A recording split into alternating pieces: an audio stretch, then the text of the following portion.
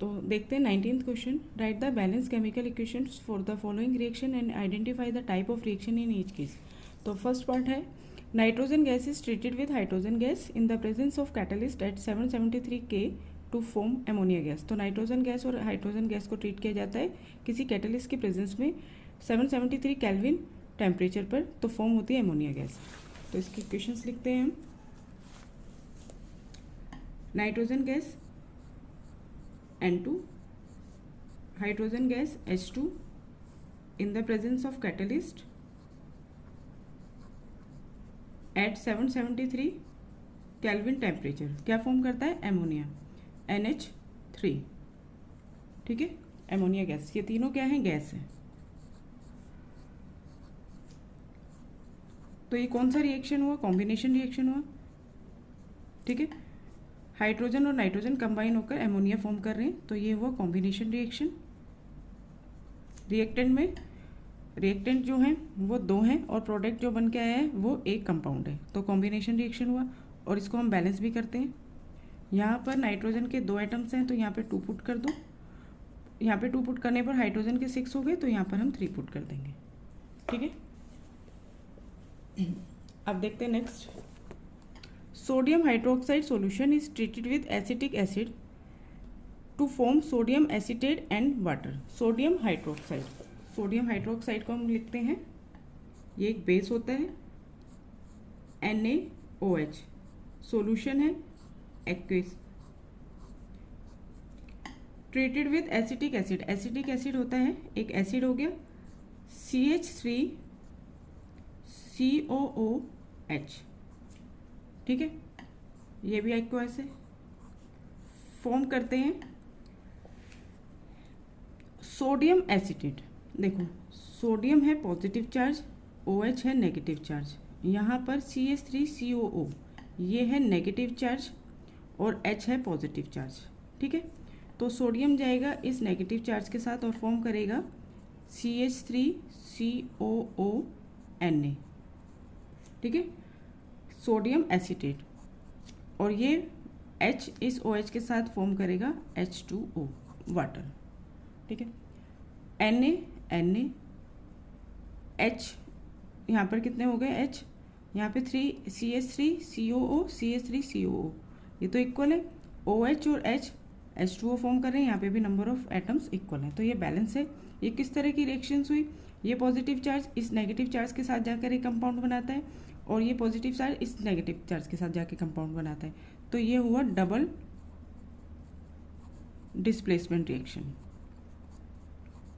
और double displacement reaction में हमने 2 टाइप्स के रिएक्शंस पढ़े थे, एक जिसमें प्रेसिपिटेट फॉर्म होता है और एक जिसमें प्रेसिपिटेट फॉर्म नहीं होता.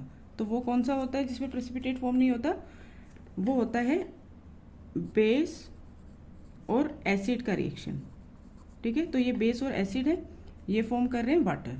ठीक है, और एक सॉल्ट और एक वाटर, तो ये न्यूट्रलाइजेशन रिएक्शन भी आप इसको लिख सकते हैं. Next question, C part. Ethanol is warm. Ethanol को जब गर्म करते हैं एथेनोइक एसिड के साथ, एथेनोइक एसिड और एसिटिक एसिड सेम चीज़ है. ठीक है, to form ethyl acetate in the presence of concentrated H2SO4 की कॉन्सेंट्रेशन की प्रेजेंस में. तो सबसे पहले एथेनॉल क्या होता है? C2H5OH. ठीक है, किसके साथ गर्म करें? एथेनोइक एसिड के साथ. एथेनोइक एसिड का फॉर्मूला यही होगा जो एसिटिक एसिड का होता है, CH3COOH.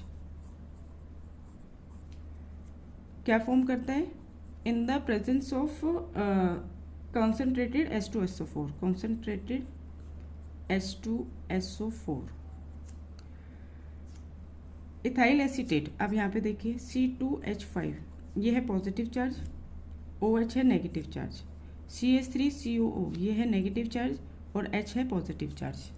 ठीक है, तो ये पॉजिटिव चार्ज जाएगा इस नेगेटिव चार्ज के साथ, तो फॉर्म करेगा CH3COO C2H5. ठीक है, इथाइल एसीटेट.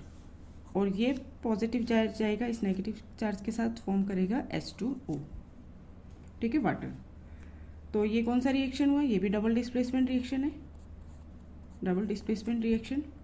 ठीक है, और यहाँ पे भी सारी चीज़ें बैलेंस्ड हैं। ये चीज़ें कुछ आपको टर्म समझ में नहीं आए होंगे क्योंकि अभी आपने 4th चैप्टर नहीं करा। 4th चैप्टर करने के बाद कार्बोनेट्स कंपाउंड ये आपको ज़्यादा क्लियर हो जाएंगे। लास्ट है ethene is burn in the presence of oxygen. Ethene क्या होता है? इथीन को हम लिख सकते हैं C2H4, ठीक है, इन द प्रेजेंस ऑफ ऑक्सीजन। इसको बर्न करते हैं तो क्या फॉर्म होता है? Carbon dioxide, water and release heat and light. Carbon dioxide CO2 and water H2O, heat and light. अब आप देखिए जहाँ पर हीट रिलीज हो रही है तो हमें पता चल गया कि ये है exothermic reaction. Type of reaction भी बताना है, तो एक तो हो गया ये एक्सोथर्मिक रिएक्शन, ठीक है। सेकंड देखिए C2H4 में से C2H4 जो है यहाँ से H जो है रिमूव हो गया और ऑक्सीजन जो है वो ऐड हो गया, तो इसको हम कह सकते हैं ऑक्सीडेशन। ये हुआ ऑक्सीडाइज। और यहाँ O2 जो था उसमें H ऐड हो गया, तो O2 जो है वो बन गया H2O, ठीक है। इसमें H ऐड हो गया, हाइड्रोजन ऐड हो गया, तो ये हो गया रिडक्शन। तो जहाँ पे रिडक्शन और ऑक्सीडेशन दोनों होते हैं उसको हम कहते हैं रेडॉक्स रिएक्शन। तो ये एक रेडॉक्स रिएक्शन भी है, ठीक है। अब देख लेते हैं कि ये बैलेंस है या नहीं। यहाँ कार्बन के 2 एटम है, यहाँ पर 1 है, यानी कि ये बैलेंस नहीं है, तो यहाँ पे 2 पुट कर देते हैं।